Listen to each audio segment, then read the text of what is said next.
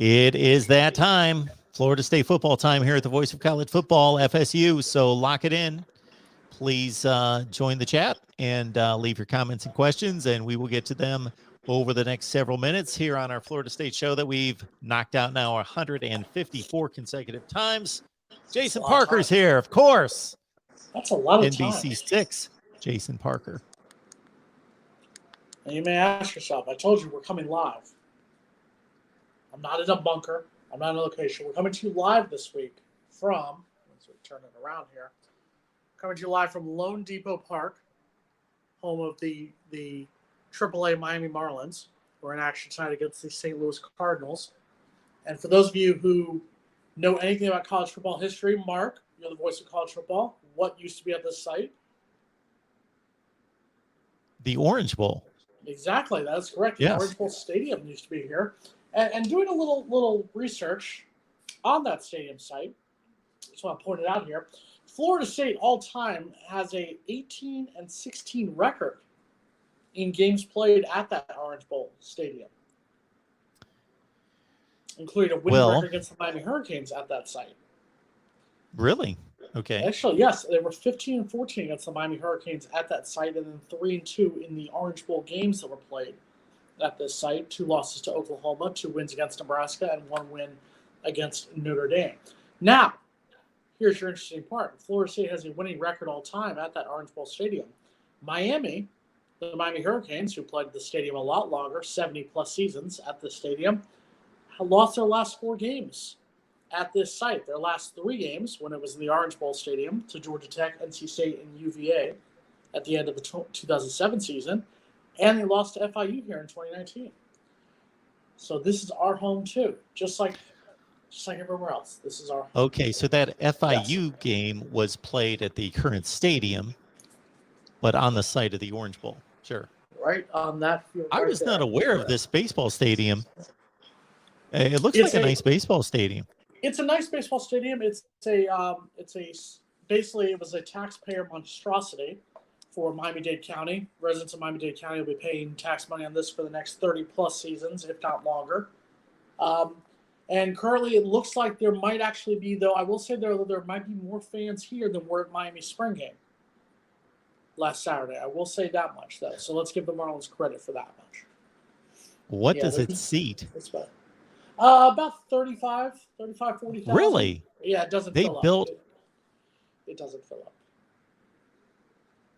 We could do an entire cast this summer about the joke of the stadium. So we can get to that at some point. But mostly they give the media free ice cream, so that's why I'm here. Okay. Well, I do recall Miami's last appearance in the Orange Bowl against Virginia. That was a complete demolition by the Cavaliers. I just did. That was fun. That was a fun night for me covering some ridiculous score, like 43-0. 48-0. The biggest shutout loss in that stadium's history for Miami. It's all about timing. Great moments.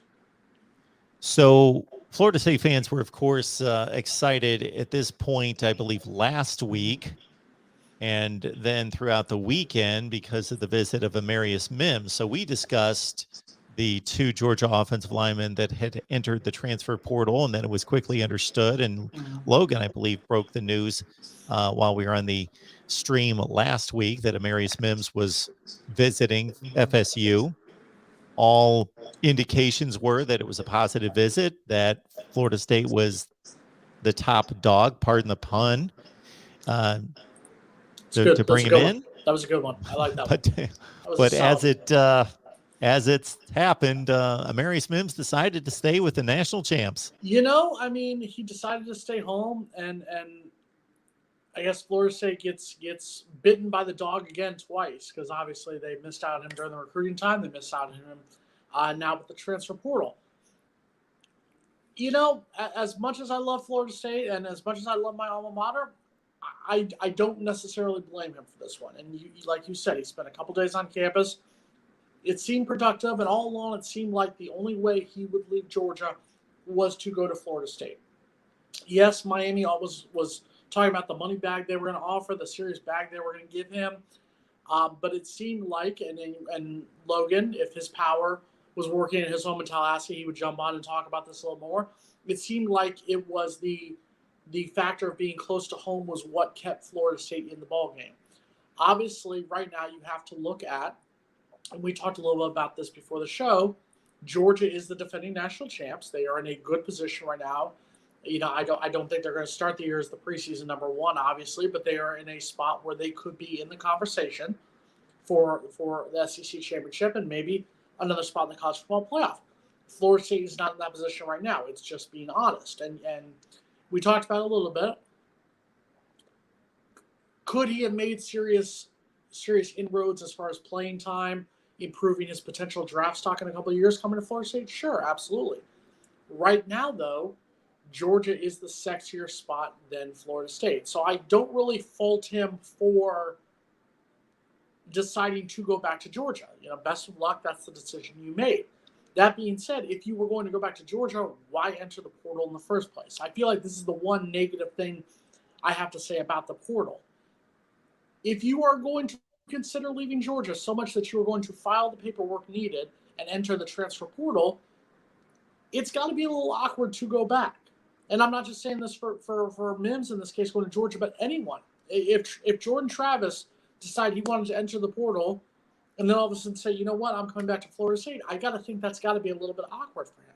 So the question has to be, what did Georgia offer him to get to come back, to get him to decide, hey, I'm going to come back to Georgia? Or was it really a point of me not necessarily being guaranteed a starting spot in Georgia is much better right now than a situation of being a potential starter at Florida State? There's so many questions to come into play here.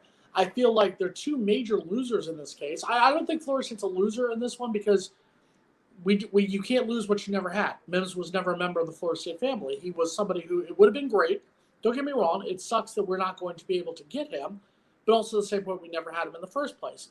The two losers in this one, I think, and you know me, anytime I can make fun of the University of Miami, I will. Loser number one in this one's the University of Miami because they thought they were going to be able to throw a bag at him to get him to leave Georgia, come down to Miami, throw a major NIL deal his way, and he's going to come down to Miami. He canceled the trip down here. Miami's big-time booster did not like that one, went on social media, ripped him for it, and we had that situation. Pick up your phone, Mark. Please pick up your phone. Is it an important call? No, we're not picking it up. Okay, there we go. No, No, we shut it off. It's Mims calling. Mims is going to tell us why he was going to stay in Georgia. But yes, no. he's got my direct line. There you go. He calls the number. He watches the voice of college football. But Miami thought they could throw a bag, and they weren't able to. So I feel like Miami is the loser number one on this one. I feel like they made fun of us when Travis Hunter took the bag to go to Jackson State, and then Kevin Coleman did the same exact thing to them come January. So I feel like they've taken 3 L's involving Florida State so far this year. I feel like that's number one.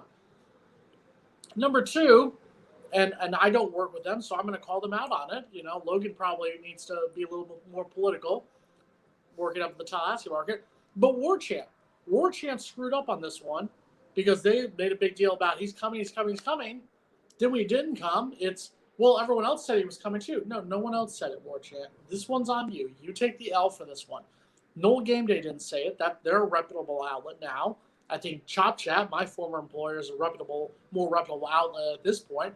War Chant's going to have more of the old school Florida State people, but I feel like they took a major hit on this one when it comes to credibility because you can't come out there and say he's coming, and then all of a sudden you look bad when he ends up staying in Georgia. Yeah, so I am listening to you, Jason, while I am scurrying around, just trying to get a clear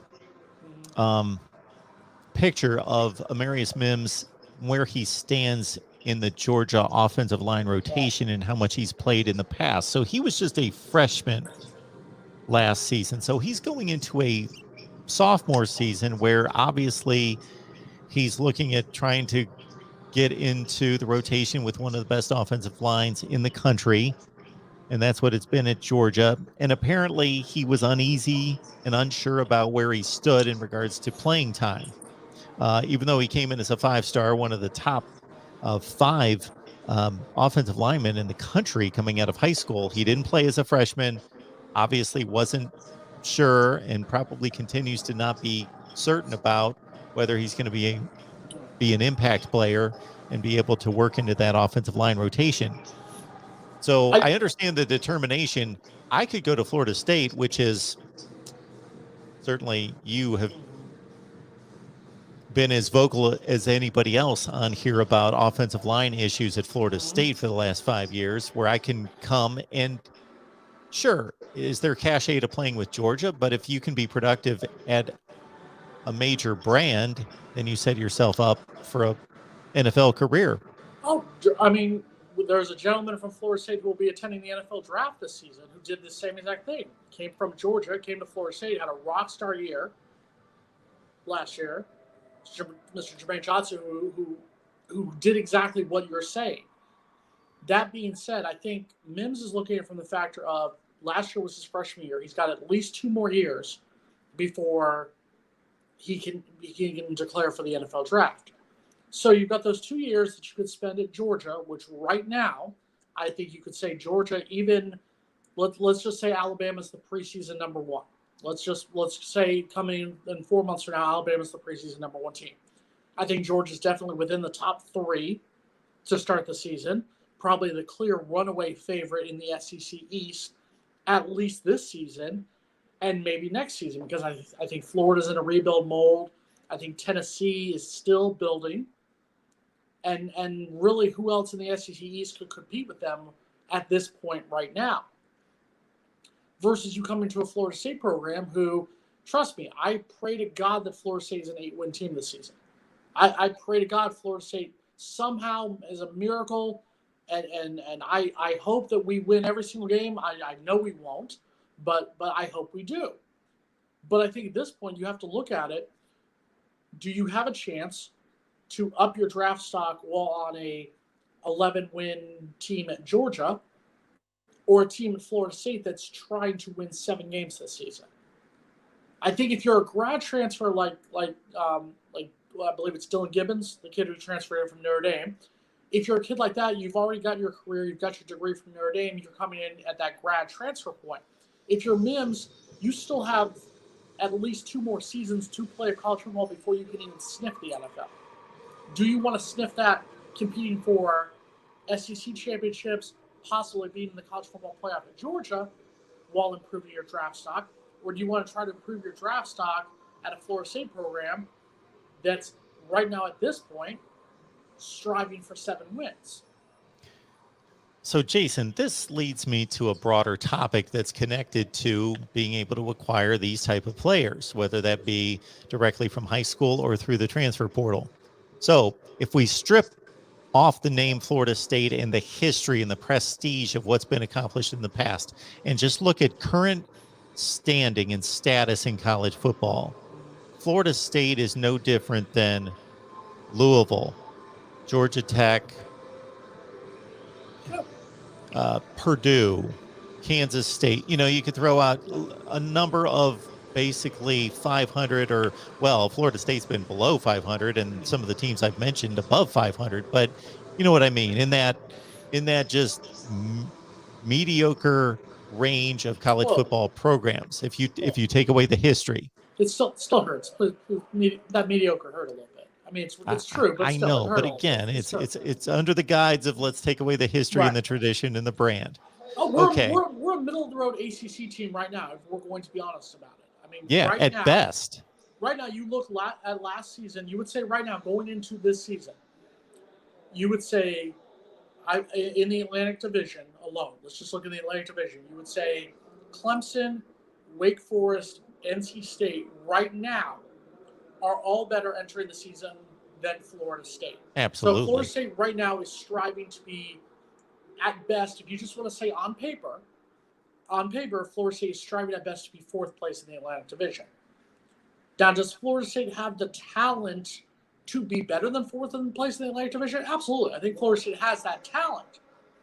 But Florida State, it's the same way I will say about that I've said about Florida State and Miami. They're both in the same position. Miami last season had 10-win talent. Miami last season had a 7-win mentality. I said that before the season. I won so much money gambling with people at the station saying Miami would not win more than 7 games last season. because Miami had not proven it. Florida State is in the same exact role. Florida State is in the same exact role in the sense of, does Florida State have the talent to win 8 or 9 games? Absolutely. 100% Florida State has that talent. But Florida State needs to go out there and prove it. You look at last season. Florida State finished 5. We talked about this for weeks after the end of the season. Florida State finished with a 5-7 record. 3-point overtime loss to Notre Dame. 3-point loss to Jacksonville State. A 3-point loss to Florida. So you're talking about 9 points away from an 8-win team. That's where Florida State needs to win those games and prove those games. So you look, this coming season, if Florida State can somehow, as the schedule scrolls across the bottom of the screen here, if Florida State beats Duquesne in the opener, somehow beats LSU in the second game of the season, and let's say pulls off an upset in the Friday night game against Louisville, you go up against that with Boston College, and then it's all of a sudden a case of you go into that Wake Forest game, maybe you're 4-0. Maybe there's a chance that all of a sudden this is a different Florida State team. That being said, there's also a chance that you lose to LSU, lose to Louisville, lose to Boston College, and you go into that Wake Forest game 1-3. So that's where we are at Florida State right now. We're not a program that can take anything for granted. Okay, Jason, this is where I was taking this topic as not a specific team in 2022, but again, as a program. Right. On the level of the Louisvilles and Kansas States and whatever, in that top 50-ish kind of range of college football. Forget the history. We know that what Bobby Bowden accomplished in the mid-'70s to raise this to the very elite and then maintained it for his entire career, handed it off to Jimbo Fisher. And there were obviously huge spikes. There really weren't valleys. 8-5 was a valley. Maintaining that kind of program that was considered at the very top of college football. Are the conditions in place with the right coach, and we'll see if it's Norvell or not, maybe it has to be somebody else. Are the conditions in place based on recruiting, facilities, resources, all the things required to build a giant in college football, for that to be duplicated, for the right coach to duplicate Florida State's success, to make it Clemson, Ohio State, Alabama, etc.? I don't think you're going to duplicate the success of, just to use I would say the two big name programs over the last, let's say, 8 seasons have been Alabama and Clemson. I would say are probably the two biggest names in college football right now, as far as recent success, facilities over the last 8 seasons, guaranteed success over those seasons. Florida State doesn't have all the things to compete with the Alabamas and the Clemsons right now. What Florida State is trying to do is Florida State's trying to get back to those first couple of years of the Jimbo Fisher era. The 2010 season, when they beat Miami, when they beat Florida, when they got back to 10 wins, got back to the Chick-fil-A Peach Bowl. The 2011 season, beating Miami, beating Florida, beating Notre Dame in the bowl game. That's what they're trying to get to right now, is it's trying to get back to that certain level, because from there is when you build it to a championship. Because remember, what happened in the 2012 season? Yes, there was a bad loss to NC State and a bad loss to Florida in the regular season finale, but you won the ACC. The following year, you won the ACC and won the national title. The following year, you win the ACC, make it to the inaugural college football playoff. That's the foundation first. The problem is you can't go from 5-7 and then immediately, we've had people on here like Rob, at least 8 wins. I hope and pray to God that Florida State wins at least 8 games. As a Florida State alum, I want Florida State to win 8, 9, 10 games. I want Florida State to shock the world. What has Florida State done to prove it? And that's where there's the line between being a fan and being a realist. And I'm more of a realist on this one. I think Florida State has the talent to win those 8 games, to win those 9 games of the season. But Florida State has done nothing since 2016 to prove they have that mentality. This is not just Mike Norvell's fault. This is not just Willie Taggart's fault. This is not just Jimbo Fisher's fault. This is a combined effort amongst the 3 of them. Jimbo Fisher bailed on the ship. Willie Taggart did nothing to improve it. And Mike Norvell has done nothing to improve it as well. That being said, there were various circumstances over the course of those times that led to where we are right now. Can Florida State improve it? Yes, but Florida State needs to stop trying to go from, hey, we were 5-7, now we're going to be 9-3 this season. Hey, we were 5-7, now we're going to be 10-2 this season. Start with, hey, first of all, was it the spring game? When we were in line getting into the spring game, one of the gentlemen behind me said in line, gentleman from Fort Myers said, I think we're going to win 8 games. What do you think? I said, I want us to be bowl eligible. That's step number 1. Get to bowl eligibility. Be bowl eligible for the first time since 2019. Then it's, okay, after bowl eligibility, then let's get to 8 wins. After it's 8 wins, then you can let's get to 10 wins. The goal for this season, a best case scenario for this season is Florida State needs to finish the regular season 8-4. I will accept 6-6. I hate saying that because I feel like that's giving up on the team, but I want to get to bowl eligibility first. But if Florida State can get to 8 wins, that has to be a major victory for this program because Florida State hasn't sniffed that since 2016. So I think Florida State could get one day to that level, but it's going to take a while. It's going to be a while before Florida State gets to the level of what Alabama and Clemson are now, or what Florida State was at the dynasty era, which was over 20 years ago. We're talking about 20, 30 years ago. When we talk about that, we sound just like Miami fans who talk about their 5 national titles. You can't keep talking about the past. You can't keep living in the past because it keeps you in that past. Worry about the future. Worry about beating Duquesne on August 27th. Then worry about beating LSU. If you're sitting there already saying, hey, we're going to win 9 games, we're going to win 9 games, you've already lost because you have to win game number 1. And currently we have a 1-game losing streak against FCS teams. How fascinated is the typical Florida State fan with Miami? I mean, I get paid to cover them, so that's why I talk about them a lot. I think it's more the fact that, and we've taken shots. We all take shots at each other. Miami takes shots at us. We take shots at them. I think the fact is that both of us are in the same position right now. And we talked a little bit about this. So we're talking about this at work, about UCF unveiling their state championship rings. Right now, if you're UCF, take advantage of it while you can. Florida State, and Miami combined last season were 18-19. The big 3 programs in the state combined for a losing record. Miami was the only one out of the 3 with a winning record last season, and that was a 7-5 season. If you're UCF for at least one offseason, you can claim you are the best program in the state of Florida. That's where Florida State and Florida and Miami need to all realize. The 90s, the early 2000s aren't here anymore.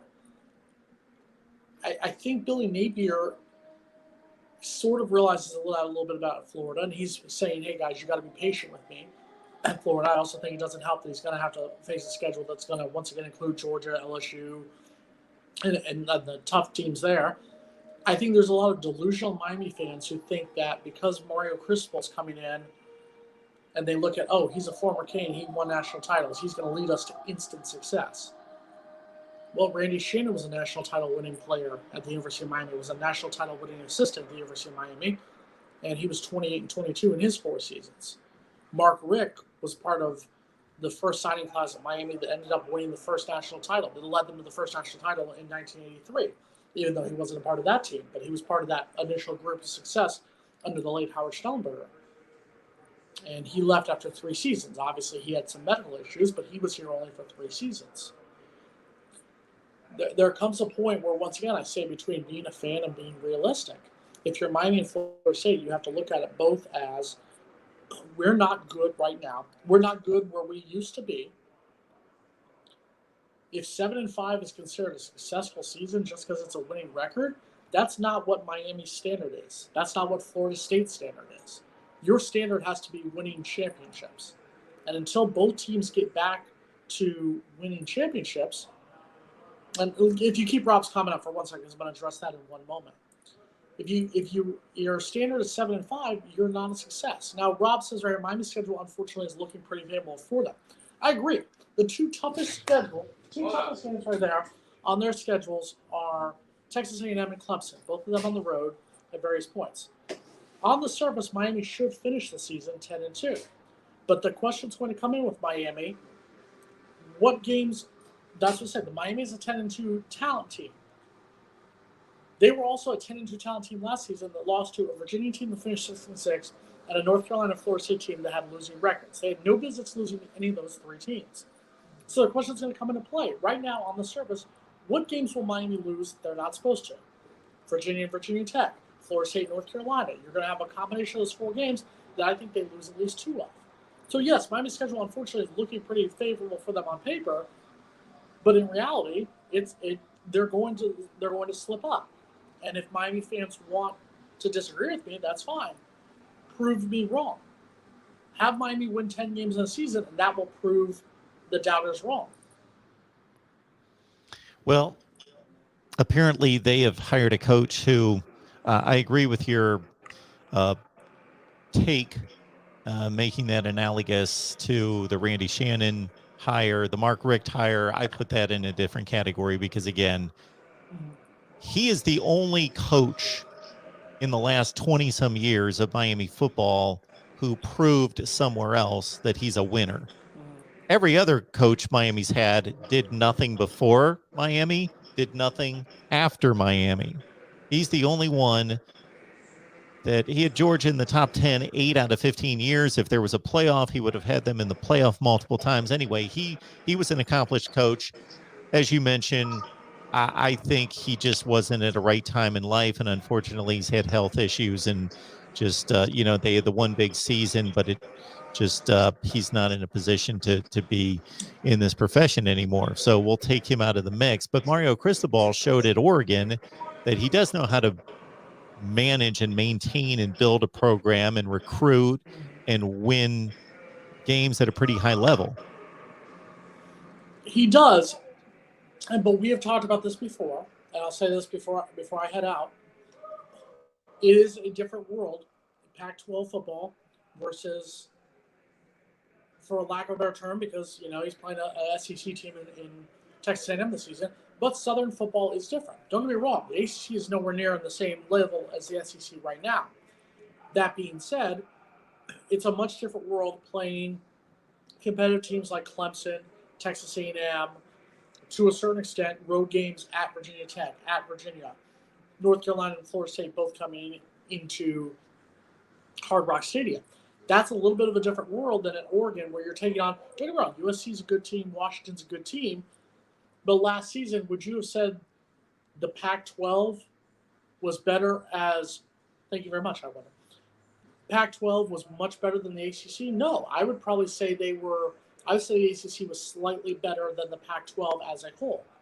So that's where he's coming into play. I agree. Well, Jason, we know you need to go, so thanks for being here. I know I ran out of ice cream, so that's why I got to go get some more. So. Okay, that's the draw.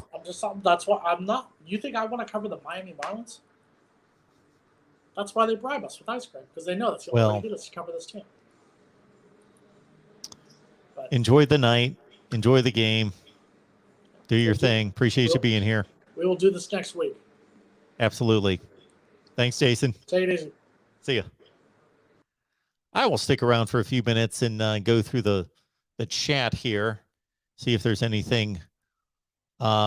Unfortunately, Logan couldn't join us because he has a power outage, and you see that Jason was at the Miami Marlins baseball game and has to get to work. And then Big Game James is out on the road somewhere. So we will get through some comments and questions here. Mario and Jimbo are very similar to me.